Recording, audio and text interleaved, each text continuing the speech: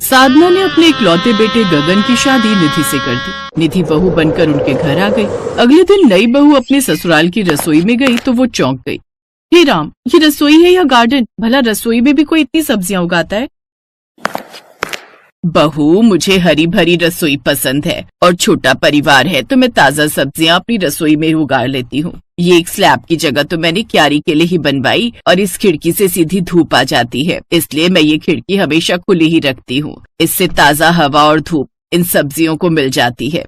सर्दियों के दिन थे, ऐसे में ठंड की वजह से निधि का काम करने का मन नहीं करता था, इसलिए दोनों वक्त का खाना उसकी सास ही बनाती थी। वो अपनी रसोई के गार्डन से ताजा ताजा सब्जियां तोड़ती और बना डालती, इसलिए ज्यादातर उस घर में अब हरी सब्जियां ही बनती। ऐसे ही कुछ दिन बीत गए। निधि कुछ दिन में अपनी सास की इस हरकत से परेशान रहने लगी। वो अपने पति से बोली, क्या यार अंकित, माँ जी को जब देखो अपनी हरी भरी रसोई से वो घास फूस तोड़कर बना देती हैं। ये नहीं कि उसके अलावा भी कुछ और बना ले। कभी कभी तो ऐसा लगता है जैसे मैं कोई जानवर हूँ और माँ जी मुझे चारा बना बनाकर खिलाए जा रही है।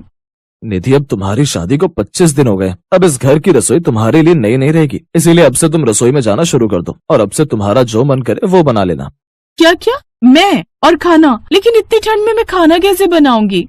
वेरी सिंपल, जैसे माँ बनाती है। मुझे तो इस ठंड में यही पता नहीं चलता कि वो रसोई है या तुम्हारा गार्डन। निधि, हरी सब्जियां सेहत के लिए अच्छी होती हैं और हम सबको ताजी सब्जियां पसंद हैं। वो दोनों बात कर ही रहे थे कि तभी साधना ने आवाज दी, बहू आ जाओ, खाना तैयार है, आकर खाना खा लो और अंकित को भी ले आओ।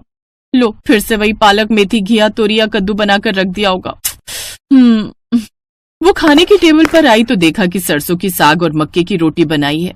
लो, फिर हरा साग। निधि बेटा, लगता है अब तुझे खुद ही रसोई संभालनी होगी, नहीं तो सासू माँ तुझे ये हरा हरा साग और सब्जियां खिला खिलाकर तेरे शरीर का खून भी लाल से हरा कर देगी। अगले दिन से निधि ने रसोई की कमान संभाल ली। अब वो खाने में अक्सर तरी वाली सब्जियां या चाइनीज खाना ही बनाती, जिससे सास अब परेशान होने लगी और वो बोली, बहू ने तो परेशान ही कर दिया है। रोज रोज ही उल्टा सीधा खा खा कर तो पेट में गैस बनने लगी है। ये छोले, राजमा, ये चाइनीज खाना, ये सब हम नहीं खा सकते।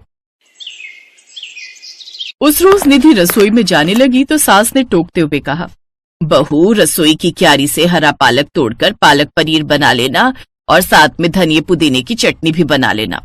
लेकिन निधि रसोई में गई और कढ़ाई पनीर बना दिया।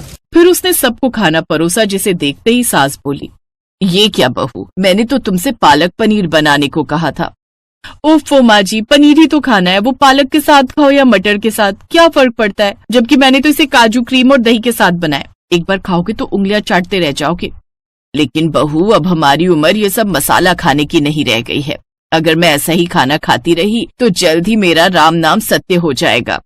अब उसने सोचा, जब तक ये हरी भरी रसोई यहाँ पर रहेगी तब तक तो सासू माँ मुझसे भी ये हरी भरी सब्जियां ही बनवाती रहेगी, और इस भरी ठंड में तो मैं जितना इन सब्जियों को तोड़ती जाती हूँ उतना ये बढ़ती जाती। लेकिन अब मुझे कुछ ऐसा करना होगा जिससे ये हरी भरी सब्जियां सूखी जाए। अगर ये सब्जियों का गार्डन ही सूख जाएगा तो फिर तो सासू माँ मुझे खाना बनाने के लिए कहीं नहीं पाएगी।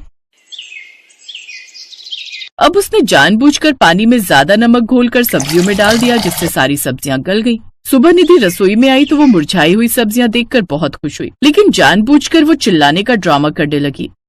हाय माँ जी, ये क्या हो गया? जल्दी आइए माँ जी, देखिए ये हमारी किचन गार्डन में क्या हुआ। साधना ने आकर जब अपनी सब्जियों को देखा तो वो बहुत दुखी हुई।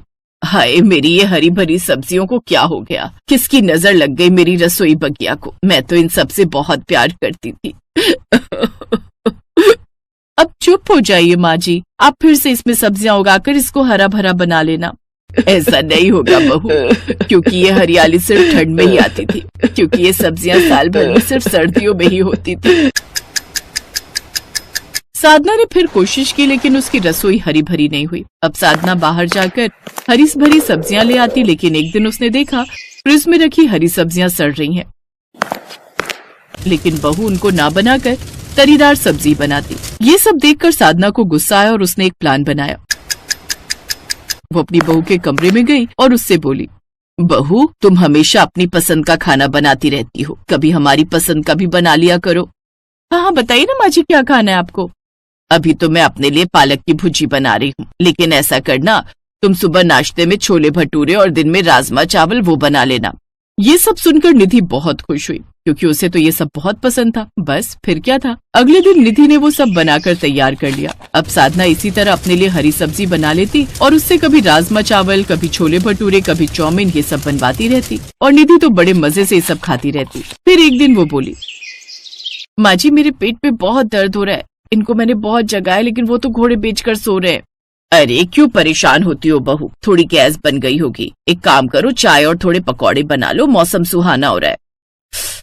माँ जी यहाँ मेरे पेट पे दर्द के मारी जान निकली पड़ी और आपको खाने की पड़ी है। निधि का दर्द बढ़ते ही जा रहा था और हालत ये हुई कि वो बेहोश होकर गिर पड़ी।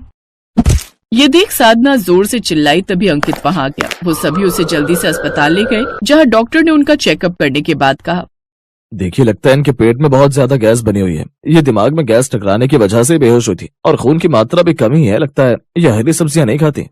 तब तक निधि भी होश में आ गई थी। तुम्हें बादी वाली चीजें जैसे राजमा, छोले ये सब कम करने होंगे और ये हेल्दी यानी कि हरी भरी सब्जियां खानी चाहिए। क्या? लेकिन मैं अभी मरना नहीं चाहती। अभी मैंने इस दुनिया में देखा ही क्या है। मैं अब से ये सब बेकार का खाना छोड़कर हरी भरी सब्जियां ही खाऊंगी।